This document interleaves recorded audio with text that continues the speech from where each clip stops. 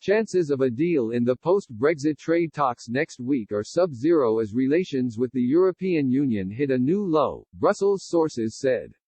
European diplomats and officials accused Lord Frost, the Prime Minister's Brexit envoy, of political posturing ahead of a crunch round of trade talks in London. The bloc believes the Tory peer has made a gross miscalculation by refusing to reveal Britain's post-transition plans for state subsidies and tax breaks for companies. EU sources say the government's refusal to budge in the wrangling over a regulatory level playing field has blocked any chance of progress in recent weeks.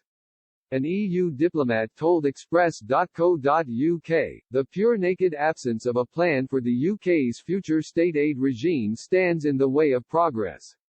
It is not only a pity but a gross miscalculation that this crucial element can't be left until the last moment.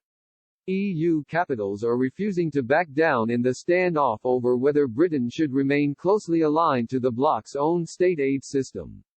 We don't want our own companies to suffer disadvantage by giving the UK free rein over state aid, the diplomat added. We don't want Boris Johnson to subsidise companies without checks and balance. We've known for a while they don't want the EU system, but we don't know what they do want. In the end you need some broad rules to determine and enforce sanctions, without that this can't go anywhere.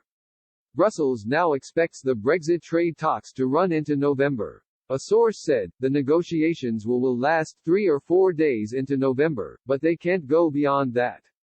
But the battle over access to Britain's fishing grounds is expected to take a backseat in the talks. Michel Barnier, the EU's chief negotiator, will warn the bloc's coastal nations they should not sacrifice any agreement on fisheries if both sides can reach a deal on the so-called level playing field, a source said. Lord Frost's first newspaper interview was branded very predictable by another diplomatic source in Brussels.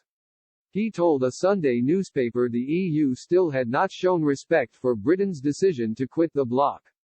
We are not going to be a client state. We are not going to compromise on the fundamentals of having control over our own laws, Lord Frost said. We are not going to accept level playing field provisions that lock us into the way the EU do things. We are not going to accept provisions that give them control over our money or the way we can organize things here in the UK, and that should not be controversial. That's what being an independent country is about. That's what the British people voted for, and that's what will happen at the end of the year, come what may.